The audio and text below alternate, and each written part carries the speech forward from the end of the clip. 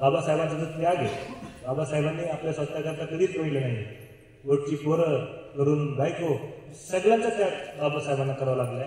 आणि फक्त समाजाचं भलं व्हावं, समाजाचा उत्कर्ष व्हावा म्हणून बाबासाहेबांनी कष्टाने मेहनतीने इथपर्यंत आपल्याला आणून सोडलं. तर मग त्याची जाणीव म्हणून आपण हे जे काही धम्मसली काढतोय, धम्माचं काम करतो, ही एक ऋणात्मक भावनेतलं सुद्धा आपण करतोय. त्यांच्या एवढं सूर्य आपण नाही म्हणू शकत, छोटीशी मेणबत्ती आपण म्हणू शकतो.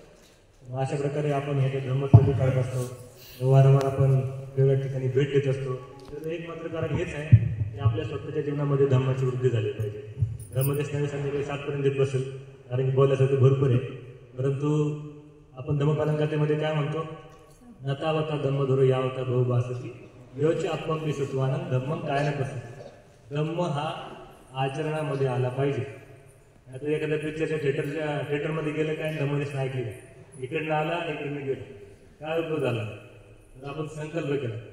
काय संकल्प केला पाहिजे, तो वर्षवास आहे. ह्या वर्षवासामध्ये मी मी विपसना शिबिर केलं. मग असे काही झालं, मला म्हणालं की विपत परत तुम्ही शिबिरला जाणार आहे. आणि त्यामध्ये घरी ध्यान होत नाही, घरी पण ध्यान करायचा प्रयत्न केला पाहिजे.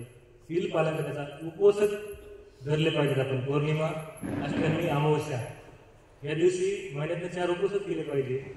त्याच्या पलीकडे जाऊन ग्रंथ वाचन, ग्रंथ समजून घेणे या गोष्टी केल्या पाहिजे. किंवा आपल्या आतमध्ये एखाद्या खोट असेल, काय खोट आहे की माझ्या आतमध्ये ईर्ष्या आहे, मला विनाकारण माझ्या घरातल्या नात्याविषयी जळण निर्माण होते, त्याचं नाव जर ऐकलं तरी मला असं आतमध्ये त्रास होतो, त्याची ईर्ष्या मला संपवायची.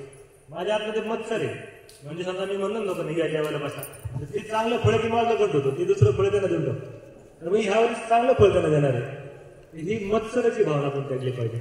असे छोटे छोट्याच्या गोष्टी संकल्प आपण केला पाहिजे. संकल्प की मी धम्माचं वाचन करेल, मी धम्मसलीमध्ये हे वाढवेल, मी हा गुण वाढवेल, असं काय नाही काहीतरी चांगला संकल्प केला पाहिजे, तसं आचरण केलं पाहिजे.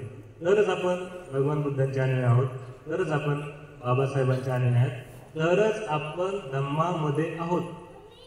शील, समाधी, प्रज्ञा, अष्टांग मार्ग, 10 पारमिता, 22 प्रतिज्ञा या जर आपण अनुसरण करत नसू तर आपण काय म्हणतो, येमाय धम्मान धम्मपटीपट्टी या बुद्धन पूजेन, येमाय धम्मान धम्मपटीपट्टी या धम्मं पूजेन, येमाय धम्मान धम्मपटीपट्टी या संगम पूजेन. याचा अर्थच बऱ्याच कळत नाही. मी बऱ्याच ठिकाणी विचारलं, सांगा बरं, येमाय धम्मानु धम्मपटीपट्टी या बुद्धन पूजेन म्हणजे काय, नाही सांगता. येमाय धम्मानु, धम्म आणि अनुधम्म, मी धम्म आणि अनुधम्माला पटीपादतो म्हणजे अनुसरण करतो, त्याच्यावर चालतो. आणि हे चालणं म्हणजे बुद्धांना पूजा आहे. माझं धम्म आणि अनुधम्म म्हणजे काय, दुसरं मी म्हणलं अष्टांग मार्ग, 10 पारमिता, ही स्थूल धम्म आहे, मोठे मोठे धम्म आहेत. आणि छोटे छोटे धम्म म्हणजे चित्ताची प्रवृत्ती कशी काम करते, अष्टकला भूतकला कशी काम करते, ते छोटे धम्म ध्यानाच्या उच्च अवस्था समजतात.